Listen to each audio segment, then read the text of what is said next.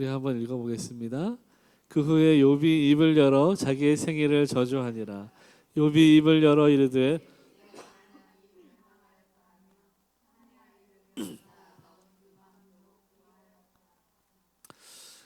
욥이 갑작스러운 고난을 당하죠. 여러분, 성경에 욥만큼 고난을 당한 사람은 없습니다. 또 설사 그만큼 고난을 당했다 할지라도 욥처럼 이유 없는 고난을 당한 사람은 없습니다. 다 고난을 당할 만했어요. 근데 욥만큼 그 이유를 알기 힘든 사람은 없습니다. 여러분, 성경에 보면 욥이 고난 당한 이유가 뭐라고 말합니까? 사단이 시험한 것입니다. 사단이 어느 날 세상을 돌아다니다가 이게 보니까 이유 없이 하나님을 섬기는 사람이 없더라라는 주장을 가지고 온 거야. 그러니까 욥이라는 사람도 이유가 있기 때문에 하나님 예배하고 하나님을 신뢰한다라고 사단은 말한 것이죠. 그러니까 하나님이 그럼 네가 한번 시험해 봐라 라고 하신 것이죠. 그래서 사단이 욥에게 시험한 것입니다. 그 욥의 입장에서는 하루아침에 날벼락이 떨어진 거죠. 자기는 하나님 잘 섬기고 이런 의인이 없다라고 기록될 정도로 동방의 의인이었단 말이에요. 하나님 경외하는 사람이었어요. 하나님 앞에 범죄하지 않았습니다. 근데 갑자기 그에게 심판이 떨어진 것이죠. 고난이 찾아온 것이죠. 자녀들이 죽었죠. 자기의 소유를 잃어버려 도둑맞았죠. 아내도 자기를 저주하고 떠나버렸죠. 몸에는 온통 욕창이 일어나서 살 수가 없죠. 고난 가운데 죄를 뒤집어 쓰고 있는데 친구들이라고 와가지고 자기를 조롱하고요. 위로한답시고 하는 말이 다 사실은 조롱하는 말들이었어요. 여러분, 그런 형편, 이 고난이 언제쯤 끝날까? 이런 불확실함 가운데 여러분 무슨 생각을 할 수 있었겠습니까? 욥이 할 수 있는 말은 이런 거밖에 없는 거예요. 내가 차라리 태어나지 않았더라면, 자기 태어남을 저주하는 것입니다. 왜 내가 하나님 나를 태어나게 하셔서 이런 이 고난 가운데 몰아넣으시는가? 나를 왜 이해할 수 없는 이 고난을 겪게 하시는가? 원망할 수밖에 없죠. 물론 성경은 욥이 그가 입으로 하나님께 범죄하지 않았다라고 말합니다. 자기의 생애를 저주했지만 그것이 하나님을 향한 저주는 아니었다라고 말하는 거죠. 어찌 보면 욥은 끝까지 하나님을 신뢰했습니다. 이 상황이 마음에 들지 않죠. 너무 마음이 어렵죠. 힘들죠. 이해되지 않죠. 그러나 하나님이 하실 일이 있다는 신뢰의 마음을 그가 잃어버리지 않았다는 것입니다. 여러분, 오늘 우리 설교의 제목이 구원의 하나님을 신뢰하십시오입니다. 무슨 말입니까? 하나님은 반드시 구원하신다는 말입니다. 하나님 반드시 구원하신다는 거예요.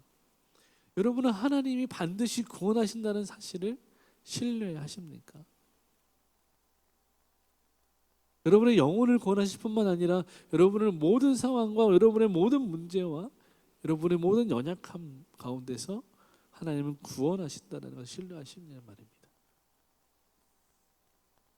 여러분, 오늘 사도행전 12장의 메시지는 이것입니다. 하나님의 구원 그리고 하나님의 주권적인 개입. 이것이 12장이 우리에게 던지는 메시지입니다. 이 12장의 메시지는 너무 중요해요. 여러분, 11장에서 13장으로 넘어갈 때 이야기가 잠깐 끊어지면서 이 야고보의 순교와 헤롯의 심판이 등장하는데 이야기의 흐름상이 맞지 않습니다. 계속해서 안디옥 교회 이야기가 흘러가야 돼요. 11장에서 이어서. 근데 뚝 끊어서 12장의 이야기를 하고 13장으로 이어가는 거죠. 그러니까 본격적으로 이제 바울의 선교, 이방인의 선교, 다민족 교회들이 일어나는 그 시점에 이 진리를, 이 하나님의 메시지를 짚고 넘어가야 한다는 것이죠. 그래서 사도행전 12장이 여기에 배치되어 있는 것이에요. 12장에서는 하나님의 주권, 하나님의 구원을 이야기하고 있다는 것입니다. 그래서 이 전반적인, 이 전체적인 우리의 삶과 또 이 선교를 이끌어 나가시는 분이 하나님 당신이라는 것을 이야기하는 것입니다. 그리고 우리 인생을 이끌어 나가시는 우리 인생의 주인도 하나님이시라는 것을 이야기하고 가시는 것입니다. 단순히 인과응보를 말하는 것이 아니죠. 하나님 왕이시고 하나님 통치하시고 하나님 다스리시고 하나님의 백성들은 구원받지만 하나님 없는 자들은 심판을 받게 된다는 메시지를 이 12장에서 던져주고 이제 사도행전 13장을 통해서 본격적인 선교 활동이 벌어지는 것을 보게 되죠. 그래서 우리가 여러분 첫 번째 생각해 볼 주제는 하나님의 구원은 신실하다라는 것입니다. 하나님이 신실하시죠. 하나님의 구원도 신실하답니다. 우리 11절 말씀 같이 한번 읽어보겠습니다. 시작. 이에 베드로가 정신이 들어 이르되 내가 이제야 참으로 주께서 그의 천사를 보내어 나를 헤롯의 손과 유대 백성의 모든 기대에서 벗어나게 하신 줄을 알겠노라 하여. 아멘. 여러분 본문에 보면 베드로가 억울하게 감옥에 갇혔죠. 그 전에 물론 야고보는 순교했습니다. 여기에서 나오는 야고보는 12제자 중에 야고보입니다. 세베대의 아들 야고보, 그 요한의 형제 야고보. 야고보는 순교했습니다. 근데 가만히 보니까 헤롯이 야고보를 처형하고 나서 보니까 유대인들이 좋아하는 거예요. 여러분 이 헤롯 왕은요 사실은 이두메인이기 때문에 정통 유대인이 아닙니다. 그런데 그가 권력과 힘으로 유대인의 왕이 되었어요. 그리고 이 가이사라의 그 로마를 위해서 로마 황제를 위해서 큰 이제 그 말하자면 궁전을 짓고 자기가 거기에 거하면서 굉장히 정치적인 인물입니다. 로마의 눈치도 보고 유대인들의 눈치도 보면서 정치적인 선을 타는 사람이에요. 그래서 자기의 권력을 유지하는 사람이 이 헤롯입니다. 그러니까 로마의 눈치를 보기 위해서 가이사라의 이렇게 궁을 만들고 거기 머물기도 하지만 또 일정 기간은 또 이 예루살렘에 와서 머물면서 헤롯 궁전에서 머물기도 합니다. 또 거기 성전도 지었잖아요. 그 성전도 이스라엘 유대인들이 지은 게 아니라 이 헤롯이 지은 것입니다. 성전도 자기가 지었어요. 그러니까 굉장히 인기 작전을 하는 것입니다. 그러니까 이 유대인들이 싫어하는 것이 무엇인가 가만히 보니까 예수 믿는 사람들을 싫어해요. 막 핍박하기를 원해요. 그러니까 헤롯이 자기가 나서서 자기의 정치적인 입지를 위해서 야고보를 처형한 것입니다. 그러니까 유대인들이 막 좋아하는 거죠. 이때 유대인들은 그 지금 스데반의 순교와 관련된 지금 예루살렘에서 예수 믿는 사람들을 핍박하는 유대인들 그들입니다. 오늘 11절도 보세요. 유대의 백성의 모든 기대에서 벗어나게 하셨다. 그러니까 유대 백성들과 헤롯은 같은 기대를 가지고 있었는데 그게 뭐냐면 예수 믿는 사람들을 핍박하고 그들을 처형하는 것입니다. 그것을 좋게 여겼다는 것입니다. 그것을 기쁘게 여겼다는 것입니다. 그것을 당연하게 여겼고 다른 말로 하면 여러분 그들은 그것을 정의로 여겼다는 것입니다. 예수 믿는 사람들 입장에서는 굉장히 불의한 일이죠. 부당한 일이죠. 억울한 일입니다. 야고보는 억울하게 피를 흘렸습니다. 베드로도 잡혔습니다. 헤롯이 보니까 사람들이 좋아해요. 그러니까 또 예루살렘 교회 리더가 누구인가 보니까 베드로가 눈에 띄는 거예요.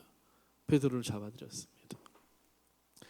여러분 우리가 생각하기에는 하나님이 좀 야고보도 베드로도 이렇게 샥샥 숨겨주셔가지고 왜 바울도 막 이렇게 달아서 이 바구니에 달아서 내려서 이게 막 내보내셨잖아요. 탈출하게 하셨잖아요. 근데 왜 야고보는 숨겨게 내버려 두셨을까? 또 왜 베드로는 잡히게 내버려 두셨을까? 베드로 잡혔어요. 감옥에 들어갔습니다.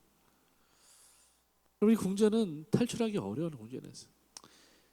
그런데 우리는 이미 사도행전 앞에서 보았던 것처럼 이미 사도들은 한번 하나님의 은혜 가운데 기적적으로 이 감옥에서 탈출한 경험이 있습니다. 베드로는 또 감옥에 들어갔어요. 손발에 착고를 찼습니다. 근데 갑자기 후련히 하나님의 사자가 나타난 것이죠. 베드로는 이게 꿈인지 실제인지 잘 구분이 안 되었습니다. 왜냐하면 그가 몇 번 하나님의 이와 같은 경험을 했고 환상을 봤기 때문에 어떤 환상인가 꿈인가 라고 생각한 거죠. 어쨌든 하나님의 천사가 개입하게 됩니다. 주의 사자가 와서 베드로를 쳐서 깨웠어요. 그때 모든 그 간수들도 죄수들도 다 잠들어 있었다는 거예요. 베드로도 잠들어 있었어요. 천사가 그를 깨웠습니다. 그리고 베드로가 일어났을 때 손발에 모든 착고가 풀어졌습니다. 옷을 입어라. 일어나라. 그 베드로를 데리고 나갑니다. 베드로가 아주 완전히 탈출하고 나서 이제 천사가 돌아가고 나서 그때서야 정신을 차리고 아, 이게 꿈이 아니라 하나님이 나를 이렇게 기적적으로 그 악인들의 손에서 건져내셨구나 라고 말하는, 혼자 독백하는 부분이 바로 11절입니다. 그때서야 베드로가 정신을 차린 거예요. 여러분, 이 이야기를 통해서 우리에게 말하고 싶은 건 뭐냐면 하나님은 항상 우리의 상황을 주관하신다는 것입니다. 여러분, 주관한다라는 말은 무슨 말입니까? 어떤 사람이 어떤 일을 책임진다는 말이죠. 그래서 그 일을 주도한다는 말이죠. 하나님은 항상 우리의 모든 상황을 주관하신다는 말입니다. 하나님이 계획하시고 진행하시고 마무리하신다고, 책임지신다는 말입니다. 언제 그렇게 하신다고요? 항상. 하나님, 우리가 고난 가운데 있든지 기쁨 가운데 있든지 어떤 형편에 있든지, 우리가 가난할 때든 우리가 부유할 때든 우리가 어떤 상황에 있든지 하나님은 항상 우리의 상황을 주관하신다는 말입니다. 하나님이 이 상황을 주도하고 계신다는 말입니다. 여러분, 이 믿음이 있다면 그 사람이 해야 될 일은 무엇일까요? 하나님을 신뢰하는 것이죠. 우리가 신뢰하기 때문에 하나님이 우리 가운데 일하신다, 이렇게 말씀하시는 분들도 있습니다. 물론 그것도 믿음의 한 영역이긴 합니다.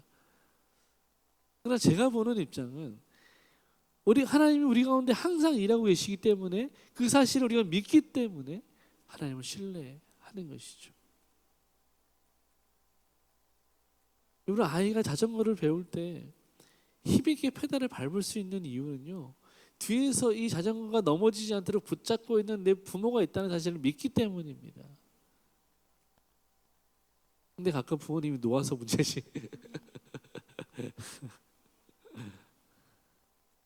또 놔야지 실력이 들어요. 하나님은 항상 우리를 붙들고 계시는, 이렇게 보호하고 계시는 거예요. 그러니까 항상 나의 제지자가 있고 내 구원자가 있고 나를 지키는 자가 있다고 그런 마음이 들면, 그리고 그 믿음이 있으면 그 사람은 어디 가서든지 당당하지 않겠습니까? 당당하죠. 근데 내가 배경이 없고 나와 함께하는 사람이 없고 나를 지키는 사람이 없다라고 생각해 보십시오. 우리가 고아라고 생각해 보십시오. 내 힘으로 이겨내고 내 힘으로 살아내야 된다고 생각해 보십시오. 그것만큼 비참한 인생이 없는 거죠. 여러분, 하나님은 항상 우리를 주관하세요. 우리의 상황을 주관하세요. 우리의 삶을 주관하십니다. 우리 그것을 알기 때문에, 믿기 때문에 하나님 신뢰할 수 있는 거예요. 우리가 신뢰할 수 있기 때문에 무엇합니까? 오늘 예루살렘 교회가 베드로가 잡혀갔을 때 뭐 했습니까? 기도했죠. 여러분, 믿음이 없으니 기도 못합니다. 하나님이 우리를 이렇게 항상 우리를 함께 하시고 우리 삶을 주관하신다는 것을 믿지 못하면, 신뢰하지 못하면 기도할 수 없습니다. 그럼 어떻게 기도해요? 그건 기도가 아니죠. 믿기 때문에 기도하는 것이고 신뢰하기 때문에 기도하는 것입니다. 물론 예루살렘 교회는 믿음이 조금 부족했나 봐요. 응답하셨는데 안 믿어요. 베드로가 왔는데 안 믿어요. 귀신이래요. 좀 재미있는 장면이죠. 하나님, 제가 로또가 1등 당첨되게 해주십시오. 그래서 1등 당첨됐어. 안 믿어. 꿈인가? 막 이런 거. 하나님 응답하십니다. 왜냐하면 하나님이 주관하고 계시기 때문에요. 다만 때와 시기와 방법이 하나님의 손에 있기 때문에 우리가 그것을 인내함으로 기다릴 줄 알아야 돼요. 하나님의 시간과 내 시간이 딱 맞지는 않습니다. 맞을 때도 있죠. 맞지 않을 때도 있어요. 하나님, 나는 지금은 아닌 것 같아요 라고 말할 때 하나님은 지금이야 라고 말하지. 하나님 지금이요 라고 말하지만 지금 아니야 라고 말할 때도 있어요. 그리고 그때 필요한 게 하나님을 신뢰하는 믿음입니다. 나는 틀렸다. 난 잘 몰라. 하나님도 잘 아시지. 하나님도 잘 아셔. 그 믿음이 있어야 되는 거야. 몇 번 말씀드렸지만 장기나 바둑을 둘 때 그 실제로 두른 사람보다 옆에서 구경하는 사람이 더 수가 잘 보이는 거야. 분수. 그래서 있는 것이죠. 하나님 신뢰하십시오. 미국에 어떤 목사님이 계셨는데요. 아주 극심한 우울증에 걸려 있었다. 사역도 할 수 없고 아무것도 할 수 없는 상태였다고 합니다. 몇 년간 이것을 위해서 기도했는데 회복이 되지 않더래요. 그래서 다 내려놓고 싶었다는 거죠. 근데 어느 날 기도하는데 그런 마음이 드는 거예요. 내가 이렇게 그냥 끝날 수는 없지 않나. 이렇게 결단했대요. 하나님의 신실하심을 신뢰하기로 결단했다고 합니다. 무슨 말이냐면 내 상황과 내 형편과 상관없이 하나님이 내 기도 응답하지 않더라도 하나님은 신실하시다. 왜냐하면 성경에 하나님은 신실하시다고 써 있으니까 그건 사실이다. 내 감정, 내 경험과 상관없이 하나님 신실하시다. 그렇게 믿음으로 결단했다는 거예요. 놀랍게도 그 결단과 그 믿음의 고백을 드리고 그 이후로부터 이 목사님이 회복되기 시작한 거예요. 여러분, 때로는요 우리의 믿음을 이렇게 실현할 필요가 있습니다. 믿음은 이해하는 게 아니라 받아들이는 거예요. 믿음은 이해하는 게 아닙니다. 여러분, 믿음을 이해하려고 하는 순간 머리가 아픈 거예요. 고장납니다. 이해가 안 되죠. 여러분, 어떻게 우리가 옥에 갇혀있는 천사가 들어와서 관수들이 다 잠을 자고 탈출할 수 있습니까? 그럴 수가 없죠. 어떻게 나 같은 죄인이 죄사함 받고 구원받을 수 있습니까? 이해가 안 되는 거예요. 심지어 구원받았는데 매일 똑같은 죄를 짓고 똑같은 죄를 짓고 또 넘어지고 또 넘어져요. 근데 하나님은 너무너무 사랑이 크셔서 매일 그 죄를 잊어버리신대요. 우리가 회개하면 또 잊어버리시고 또 잊어버리고. 우리는 기억하는데 하나님은 기억 못 하신다는 거예요. 너무 사랑하시기 때문에. 여러분, 어떻게 우리가 이걸 이해할 수 있어요? 또 목사님이 그런 얘기해요. 하나님이 우리 엄마 같지 않아서 너무 감사하다. 우리 어머니는 내가 어릴 때부터 했던 모든 실수를 다 소급해서 말씀하시는데 그래서 존재론적으로 너는 네 애비다 말서 그렇다. 그래서 하나님은 늘 잊어버리시는데 우리 엄마도 하나님 닮았으면 좋겠다. 말씀하시는 너무 감동이 됐어요. 하나님 다 잊어버리세요. 용서하시고 다시 묻지 않으세요. 여러분, 하나님 신뢰하십시오. 믿음은 이해하는 게 아니에요. 받아들이는 것입니다. 믿음은 보이지 않는 것들, 확인되지 않은 것들, 그런 것들을 신뢰하는 거예요. 보이지 않죠. 여러분, 천국이 보입니까? 하나님 보입니까? 여러분 중에 예수님 눈으로 보신 분 계십니까? 없어요. 저도 못 봤습니다. 우리는 믿어요. 하나님 우리에게 그 믿음을 주셨기 때문에, 우리가 그 믿음을 받아들였기 때문에 믿는 것입니다. 여러분, 이것은 세상이 말하는 긍정적인 생각, 나는 할 수 있다, 이런 멘탈을 얘기하는 게 아닙니다. 여러분, 이 사람들이 말하는 이 자기 합리화, 멘탈, 긍정적인 생각, 이 생각의 근거가 어디에 있습니까? 그건 자기 자신이에요. 자기 자신이에요. 근데 잘 생각해 보세요. 내가 할 수 있다라고 말할 때, 그 멘탈을 잡을 때 사람은요, 그 근거가 자기이기 때문에 자기 안에 성공의 기억이 더 많을까요? 실패의 기억이 더 많을까요? 당연히 실패의 기억이 더 많습니다. 사람의 뇌는요, 성공의 기억은 잘 잃어버려요. 왜냐하면 그 성공했기 때문에 그건 중요하지 않은 거예요. 그러나 실패의 기억은 잘 잃어버리지 않습니다. 왜냐하면 같은 실수를 하면 안 되기 때문에 뇌가 기억을 해요. 저장합니다. 그래서 실패의 기억이 더 많아요. 근데 나를 기준으로, 나를 근거해서 할 수 있다고 자꾸만 말하는 것은 자꾸만 실패를 떠올리는 것 같은 거예요. 그것은 긍정적인 마인드를 갖는다, 사실은 잘못된 마인드 세팅입니다. 별로 효과 없습니다.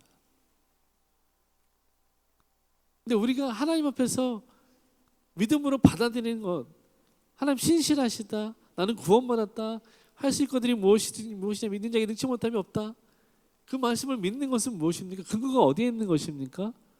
하나님께 있는 것이죠. 나에게 있지 않습니다. 우리 믿음의 근거는 하나님께 있는 거예요. 여러분, 우리가 믿는 하나님 어떤 분이십니까?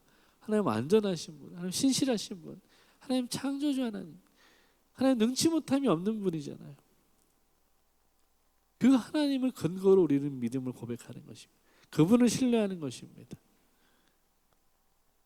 그러니까 나는 실패하지만 결코 실수하지 않는 하나님, 그분을 근거로 우리가 믿음을 고백하고 살아가기 때문에 우리는 결국은 실패하지 않는 인생을 살아가게 되는 것이죠. 여러분, 그래서 예수님이 베드로에게 베드로의 이름을 지어줄 때 너는 게바라라고 말씀하셨잖아요. 게바의 뜻이 반석이란 뜻입니다.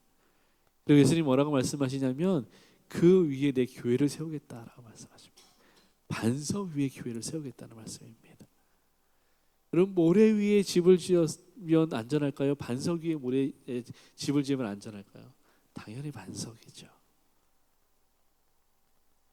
나를 기준으로 할 수 있다라고 마인드 세팅하는 것은 모래 위에 집을 짓는 것입니다. 그러나 예수님을 근거로, 하나님을 근거로 할 수 있다라고 말하는 것은 반석 위에 집을 짓는 것입니다. 여러분, 이 차이를 구별하시고 반석 위에 여러분의 믿음을 세워갈 수 있기를 축원합니다. 네. 또 한 가지 생각할 것은 뭐냐면, 여러분, 하나님이 신실하시다라고 말할 때 신실하심에 두 가지 특징이 있대요. 첫 번째는 우리의 상태를 하나님이 아심에도 불구하고 우리를 사랑하신대요. 저 이 말이 너무 은혜가 되는 거예요. 내가 얼마나 죄인인지 하나님 아세요. 내가 어쨌든 얼마나 큰 죄를 지었는지 하나님 아십니다. 근데 그럼에도 불구하고 우리를 사랑하시는 거예요. 여전히. 여러분, 사람은 그럴 수 있을까요? 베드로가 예수님에게 예수님 몇 번이나 용서해 드릴까요? 7번씩 70번 해라. 불가능한 일이라는 거죠. 여러분, 누군가를 7번 용서해 본 적 있습니까? 아이고 나오죠. 여러분, 말도 쉽지 않다고, 어떤 목사님 말도 쉽지 않다는 거야. 예를 들어 이런 겁니다.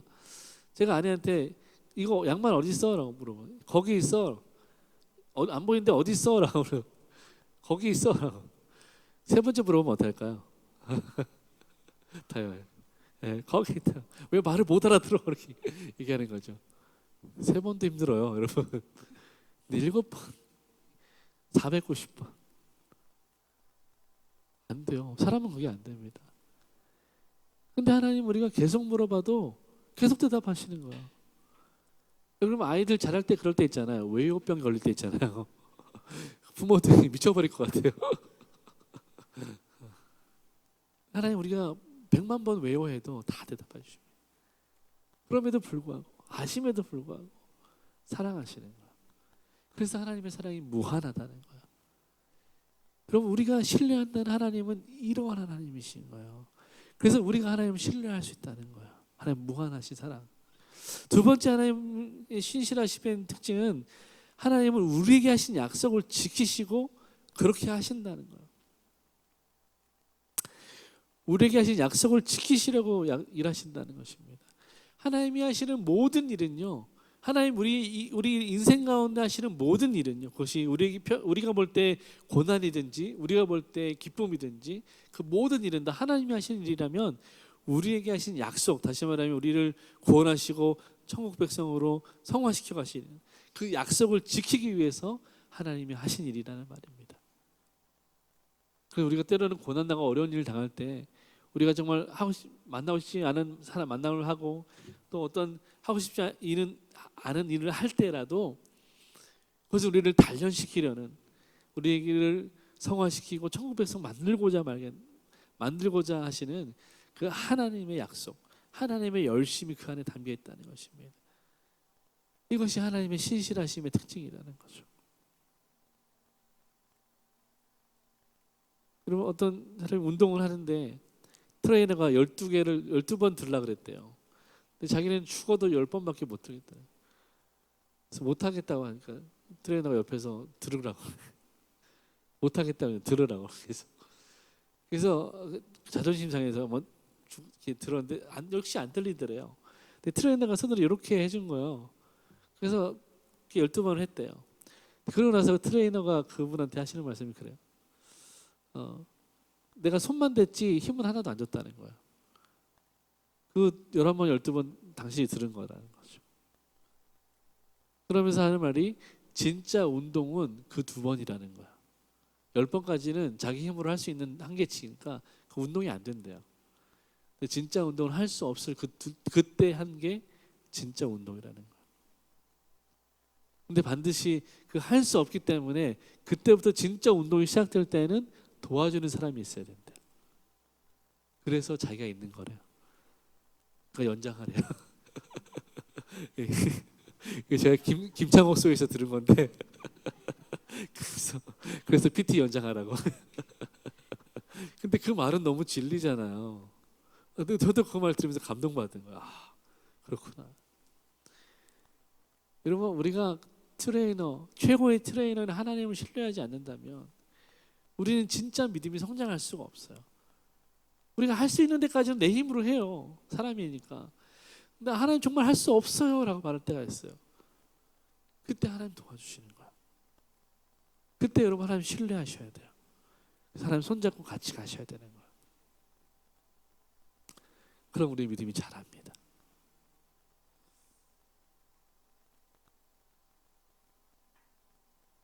네, 영어니까 넘어갑시다. 두 번째로 좀 생각해 볼 것은 하나님의 구원은 각기 다르게 나타난다는 것입니다. 하나님의 구원은 각기 다르게 나타난다. 이게 무슨 말이냐면 여러분 한 사건 안에서 한 사람은 죽었어요. 한 사람은 탈출했습니다. 여러분 둘 다 사도예요. 야고보도 사도고 이 베드로도 사도예요. 두 사람이 한 사람은 구원받고 한 사람은 구원받지 못한 이유가 뭘까요? 여러분 그 이유가 뭐라고 생각하십니까? 여러분 이런 거예요. 우리가 다 같이 하나님 믿는 사람 똑같이 마가교회 다니고 똑같이 예배드렸어. 근데 집에 가다가 한 사람은 갑자기 사고를 당해서 죽었고 다른 사람은 다 평안하게 집으로 돌아갔어. 뭐 무슨 차이입니까? 왜 그런 일이 벌어집니까?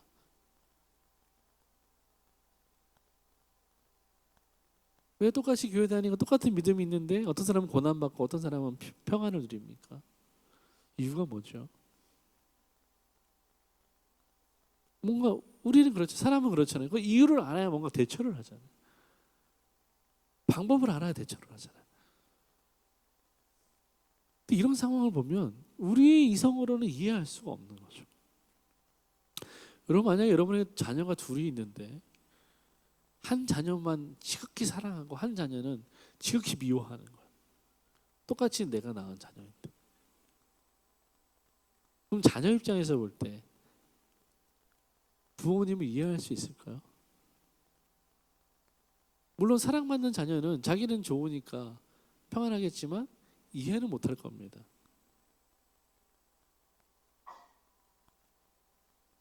왜 그럴까? 여러분 사람은 이해할 수가 없어. 그래서 우리는 이런 사건을 볼 때 우리의 이성과 생각으로 해석하려고 하면 안 됩니다. 못해요. 이걸 해석하려고 하면 성경이 아닌 쪽으로 흘러가게 됩니다. 그래서 우리는 이것을 하나님의 신비로운 주권이라고 말합니다. 얇게 말하면 하나님의 주권이에요. 근데 하나님의 주권이라는 것이 매우 신비로운 일이라는 것입니다. 여러분 신비는 뭡니까? 미스테리죠. 이해할 수 없는 일이잖아요. 이해할 수 없는 일, 신비로운 일이요. 세계 7대 불가사의 뭐 이런 겁니다. 이해할 수 없어요. 신비로운 거야. 하나님의 주권이 그와 같다는 것입니다. 야고보가 순교한 것, 베드로를 천사를 보내서 구해 주신 것, 전적으로 하나님의 주권이에요. 하나님의 선택이었습니다. 여러분 우리가 믿는 자들이기 때문에 하나님의 주권과 하나님의 선택에 대해서 어떻게 해야 됩니까? 신뢰해야 돼요. 근데 이 신뢰가 없을 때 우리는 어떻게 합니까? 하나님 틀렸습니다 라고 말하는 거죠. 하나님 아닙니다 라고 말하는 거죠. 하나님 이 길도 있지 않습니까? 라고 말하는 거예요. 빌리그리아 목사님과 함께 도역했던 어떤 캐나다 출신의 목사님이 계셨어요. 이분 특별히 찬양을 너무 잘하시는 분이었는데 이분이 그런 사람 중에 한 사람이었습니다. 어느 날 전도 집회를 다니다가 어떤 사진을 보게 됐는데 그 사진에는 아프리카의 여인이 깡 말라, 젖도 다 말라 있어요. 그 죽은 갓난 아이를 품고 하늘을 바라보는 그 사진 한 장을 보고 이 목사님이 의문이 생겨요. 하나님 살아계시다면 왜 이런 일을 내버려 두시는가? 왜 이 영혼을 구원하지 않으셨는가? 왜 이들에게 먹을 것을 주지 않으셨는가? 왜 이들에게 이런 잔혹한 기후를 허락하셨는가? 이런 질문 가운데 교회를 떠나왔습니다. 내가 하나님 살아계신 걸 믿어. 근데 이런 하나님이라면 내가 그분과 함께 할 수 없다. 그 하나님 떠났어요. 교회를 떠났습니다. 이런 사람들을 우리는 불가지론자라고 말합니다. 하나님 계신 건 알지만 그 하나님과 내가 관계하고 싶지 않다라는 거예요. 왜요? 자기 기대에 미치지 못하기 때문에, 자기 생각과 다르기 때문에. 자기는 사랑의 하나님, 풍요의 하나님을 원해요. 근데 하나님이 고난도 주시고 시험도 주시는 그런 하나님 싫다는 거예요. 리 스트로벨이라는 기자가 이 목사님 찾아가서 인터뷰했어요. 인터뷰 마지막에 목사님 그러면 다시 예수님께로 돌아올 마음, 예수님이 부르신다면 다시 돌아올 마음이 있습니까? 라고 물어요. 그분이 눈물을 글썽거리면서 저는 그분이 너무 그리워요 라고 말씀하셨대요. 자기도 이해가 안 되는 거예요. 해결이 안 되는 거예요. 그러나 내가 천국 가서 그분 보고 싶다는 거예요. 만나고 싶다는 거예요.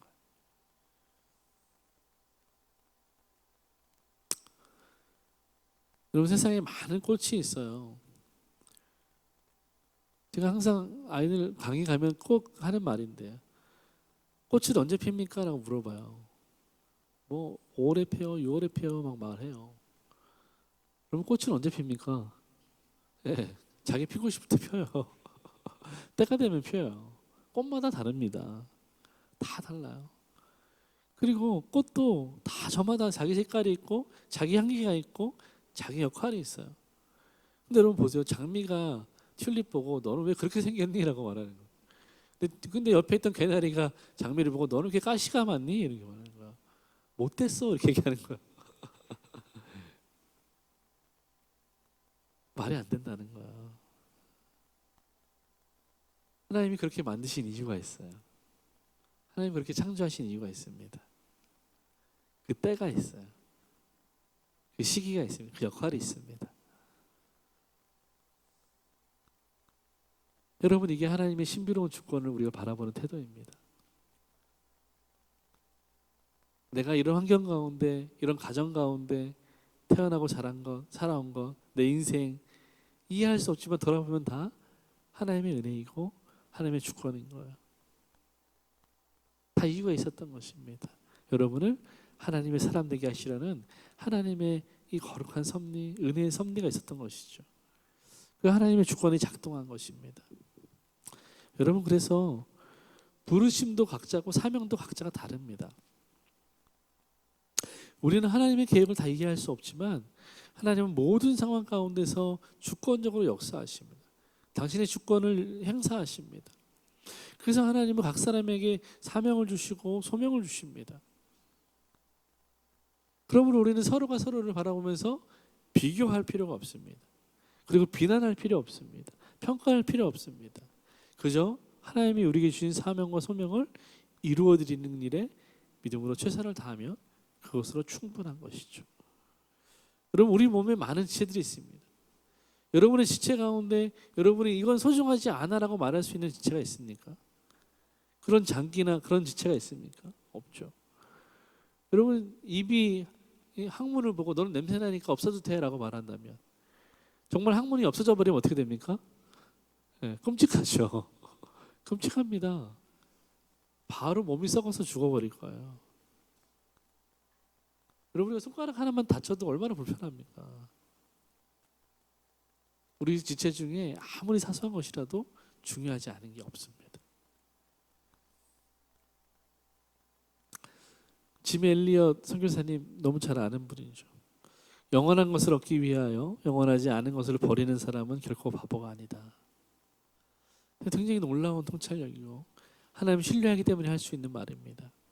영원한 것을 얻기 위해서 영원하지 않은 이 땅의 것을 버리는 거예요.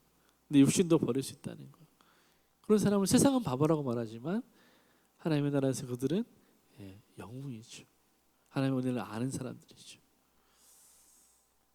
여러분 짐 엘리엇 그리고 엘리자베스 엘리엇 부부가 아마존 이 와우라니 부족에게 복음을 전하러 갔어요. 근데 비행기에서 내리자마자 얼마 되지 않아서 짐 엘리엇은 순교합니다. 그 자리에서 죽어요. 그러면 우리의 상식으로 생각하면 다시는 거기 가고 싶지 않을 거 아니에요. 근데 그 부인이었던 엘리자베스 엘리엇은요, 포기하지 않고 그 와우라니 부족을 끌어안았습니다. 평생 그 부족과 함께했습니다. 그들에게 복음을 전했습니다. 그리고 마침내 그 부족 전체가 예수를 받아들였어요. 그들이 예수의 복음을 받아들였습니다. 그 남편 엘리엇의 순교의 피가 뿌려진 그 땅, 이제 그 땅에 교회가 세워지고 믿음의 자녀들이 세워지기 시작한 것이죠. 여러분 하나님의 계획은 때로는 순교와 기적으로 다르게 나타나지만 이 모두는 다 하나님의 선한 뜻 안에서 이루어지는 일이라는 것입니다. 남편이 순교했으니까 나는 그곳에 절대로 가지 말아야지. 그리고 그것은 하나님을 모르는 사람들의 결정입니다.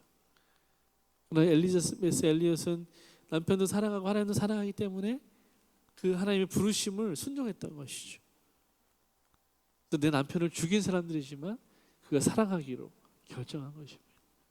그리고 그들에게 예수의 복음을 전한 것입니다. 내게 있는 가장 소중한 것을 준 것입니다.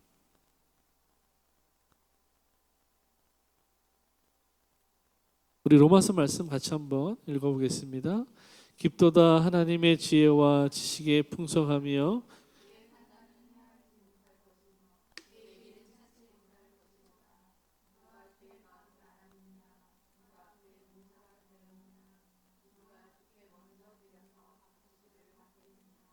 이는 만물이 주에게서 나오고 주로 말미암고 주에게로 돌아갑니다.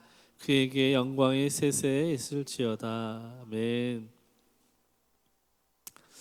사랑하는 여러분, 하나님은 우리 삶에 각각 다르게 역사하십니다. 그 하나님을 신뢰하실 수 있기를 축원합니다. 여러분 옆 사람만 보세요. 다 다르게 생겼잖아요. 어쩜 저렇게 생겼을까? 사랑스럽게 생겼을까? 우리가 형편도 다르고 성격도 다르고 다 다르잖아요. 근데 하나님이 우리에게 동일하게 사랑하시잖아요. 동일하게 기뻐하시잖아요. 여러분 동일하게 구원하셨잖아요. 그리고 우리에게 각자 사명을 주셨습니다. 그리고 고린도서에 보면 성령께서 각 사람에게 교회 안에서 지체들에게 은사라는 걸 주시는데요. 이 은사는 몸된 교회를 세워가기 위해서 주시는 것입니다. 우리 마가교회 안에도 하나님이 한 교회이기 때문에 여러분 각자에게 하나님 은사를 주십니다. 근데 여기는 원칙이 하나 있어요. 그게 뭐냐면 한 성령께서 그의 뜻대로 각 사람에게 나눠주신다는 것입니다. 물론 우리가 성경은 은사를 구하기 위해서 기도하라고 말합니다. 그러나 그 은사를 주시는 분은 성령이신 하나님이십니다. 하나님이 하나님의 뜻대로 은사를 주시는 거예요. 그러니까 우리가 어떤 은사를 달라고 하나님 앞에 막 이렇게 그렇게 땡깡 부리고 기도할 필요가 사실은 없는 것입니다. 하나님이 알아서 주세요. 근데 그 고린도 교회는 그 은사를 가지고 서로 자랑하고 이렇게 막 뻐겼습니다. 그리고 비난했어요. 자기는 막 유창하게 방언하는데 옆에 방언 못하는 사람 보고 너는 야 방언도 못하냐? 그 믿음이 시원찮구나. 그렇게 막 비난한 거예요. 믿음이 없다고 말해요. 예. 제가 처음에 갔던 신학교가 그랬어요. 어디에 가면 걔도 방언하는데 막 그러면서 신학생이 방언 못해도 되겠어? 너 방언 못하면 구원 못 받는 거야. 막 이렇게 얘기하는 거야. 그래서 제가 열받아서 막 몇 마디 했는데 예.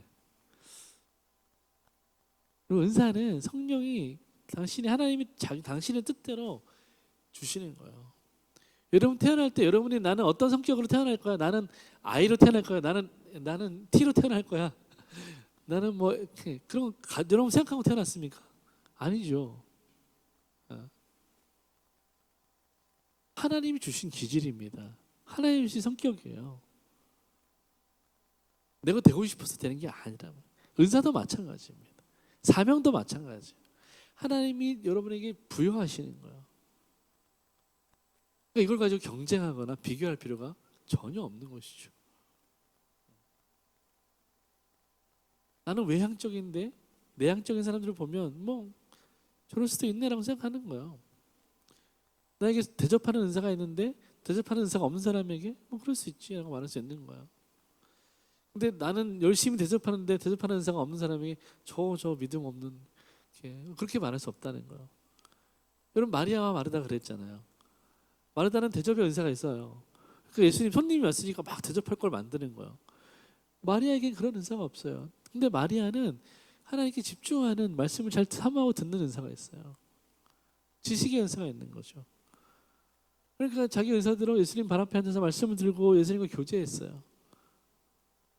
근데 마르다가 열받은 거죠. 아니 너는 지금 손님이 왔는데 언니는 내가 이렇게 일하는데 너 제정신이야? 이렇게 하는 거예요. 빠져가지고 이게 그러면서 막 갈구는 거죠. 근데 예수님 뭐라고 말씀하시니까? 내버려 둬라. 각자 잘하는 거 해라. 그게 은사입니다. 하나님 주신 형편대로 하는 거예요. 그러니까 여러분이 잘하는 거 하시면 돼요. 못하는 사람 보고 비난하시면 안 됩니다. 네. 저는 이게 너무 자유해져요. 그래서 저는 청소 못하거든요. 정리 못해요. 근데 제 아내가 잘합니다. 하나님 은사가 참 골고루 주신 것 같아요. 적당하게 주신 거예요. 그리고 이것을 받아들이는 것이 하나님 신뢰하는 거예요. 다른 거예요. 틀린 게 아닙니다. 이걸 인정하셔야 돼요. 그래야 갈등이 생기지 않고 하나님의 평강이 우리 안에서 흘러갈 수 있는 거예요. 마지막 세 번째입니다. 하나님은 심판을 반드시 이루신다는 거예요. 하나님 반드시 심판을 이루신다. 우리 21절, 22절 같이 한번 읽어보겠습니다. 시작. 헤롯이 나를 택하여 왕복을 입고 단상에 앉아 백성에게 연설하니 백성이 크게 부르되 이것은 신의 소리요 사람의 소리가 아니하거늘 헤롯이 영광을 하나님께로 돌리지 아니하므로 주의 사자가 곧 친히 벌레에게 먹혀 죽으니라. 아멘. 네, 여러분, 하나님이 헤롯을 심판하시는 장면을 보게 됩니다. 물론 이 심판은 앞에 있는 모든 헤롯의 그 죄악과 잘못된 선택들에 대한 소급된 것이기도 하지만 근본적으로 헤롯이 왜 하나님 앞에 심판받을 수밖에 없었는지를 이 23절 24절이 보여주고 있는 것입니다. 성경은 그가 왜 심판받았냐라고 말할 때 하나님께 영광 돌리지 않았다라고 말하고 있습니다. 다시 말하면 그는 하나님의 주권을 인정하지 않는 사람이었다라고 말하는 것입니다. 헤롯은 자기 속에는 옳은 대로 사는 사람이었어요. 자기가 왕이었습니다. 신분상 왕이었죠. 근데 그가 그 신분상 왕을 넘어서 온전히 온 땅의 왕으로 자기 인생의 주인으로 군림하기를 원했던 것입니다. 하나님은 그런 헤롯을 보시고 심판하시기를 결정하신 것이죠. 여러분, 본문을 잘 보세요. 막 들어와시던 사람들을 헤롯이 볼 때 되게 못마땅했습니다. 자기들에게 빌부터 살아가는데 별로 이렇게 시원찮은 거예요. 감사하지도 않고 조공도 바치지 않고 하여튼 그래서 못마땅했어요. 그러던 차에 이제 뭐 이러저러 하다가 이제 어느 날 나가서 잘 차려입고 나가서 보좌에 앉아가지고 막 일장 연설을 한 거죠. 내가 이렇게 뭐 인자하고 내가 너희를 용서하고 베풀고 나는 정말 나 같은 왕이 없다. 근데 잘해라. 뭐 이런 얘기만 한 거예요. 그러니까 사람들이 막 이제 그때는 이제 또 왕이니까 이렇게 높여드려. 뭐 그런 거예요. 우리 말로 하면 뭐 성은이 만극하나이다 이렇게 하듯이 이 사람들이 막 왕의 소리는 하나님의 소리와 같습니다. 막 이렇게 헤롯을 칭찬한 거죠. 그때 헤롯이 이제 막 그 마음이 이제 막 들뜬 거예요. 그렇지, 내가 하나님 같은 존재지. 그래서 막 올라간 것입니다. 그때 하나님이 헤롯을 치신 거예요.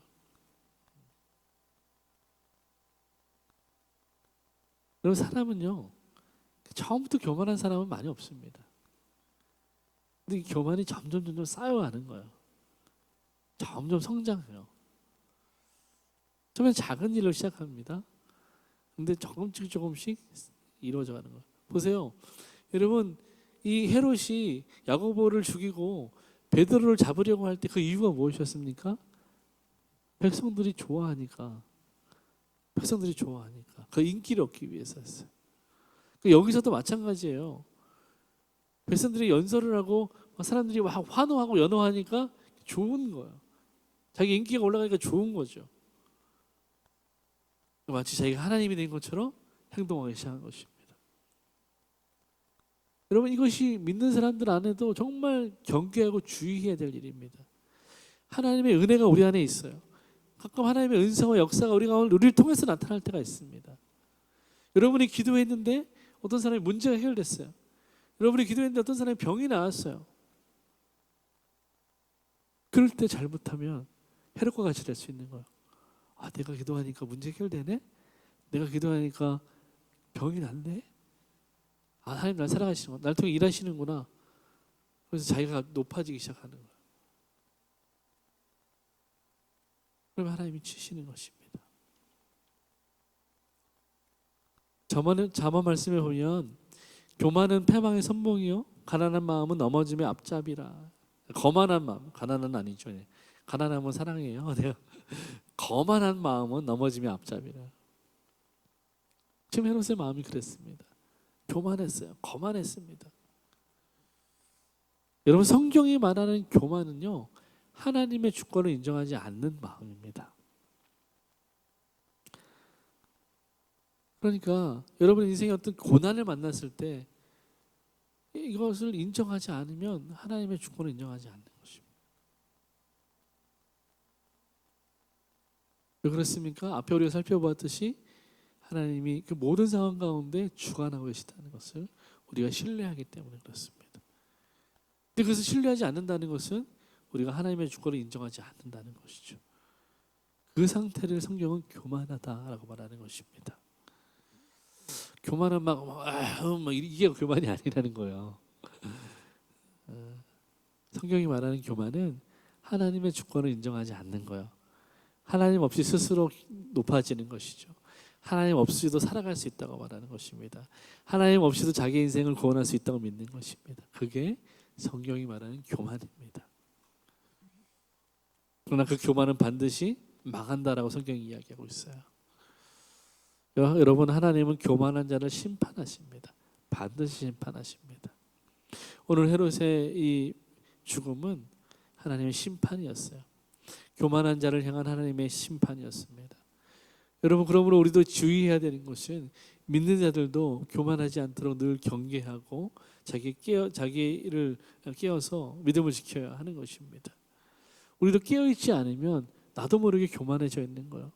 하나님과 상관없이, 하나님 없이 내 인생을 경영해 나가는 거죠. 하나님 없이 선택하고 이런 거예요. 기도하지 않고 선택하는 거죠. 기도하지 않고 일하는 것입니다. 하나님 아닌 다른 것들을 먼저 우선순위를 두고 선택하는 거죠. 그것이 교만입니다. 사랑하는 여러분, 사도행전 12장은 하나님이 자기 백성을 어떻게 구원하시는지를 보여주는 거예요. 그리고 하나님이 어떻게 교만한 자를 심판하시는지를 보여주는 거예요. 이 모든 것들 가운데 중심이 되는 메시지는 뭐냐면 하나님의 주권입니다. 하나님의 주권.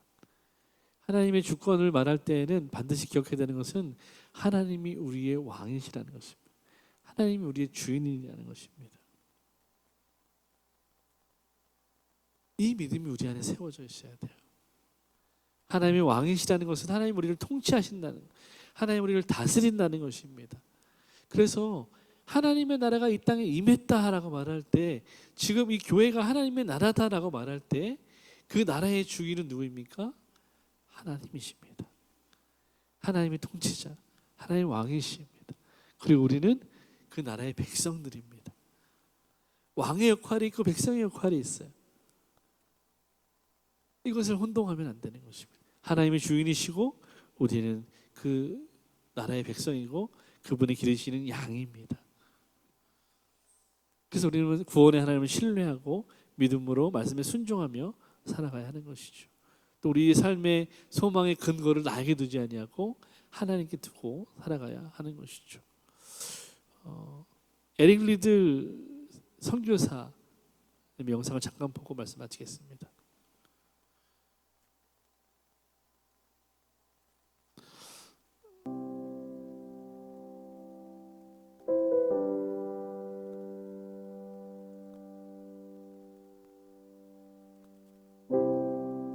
올림픽 이후 선수로서 얻을 수 있는 명예를 뒤로한 채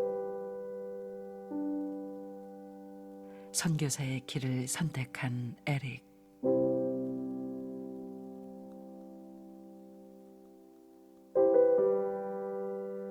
그는 12년간 텐진에서 아이들을 가르쳤고 7년 동안은 산둥반도의 곳곳을 다니며 농촌 마을 선교사로 살았습니다.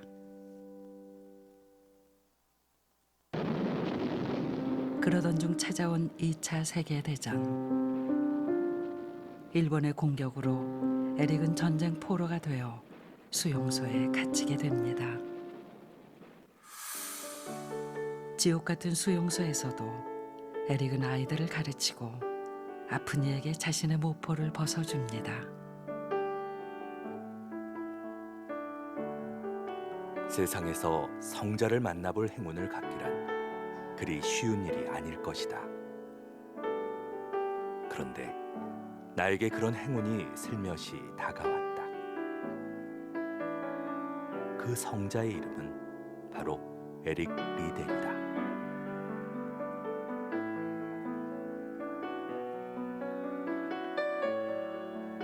에릭은 수용소 내에서 가장 필요한 사람이었고 가장 사랑받는 사람이었습니다.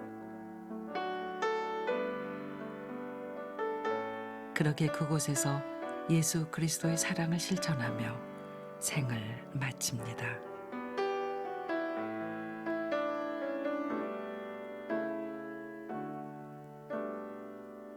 그에게 복음을 받은 사람들이 감옥 옆 작은 동산에 그를 안장했습니다.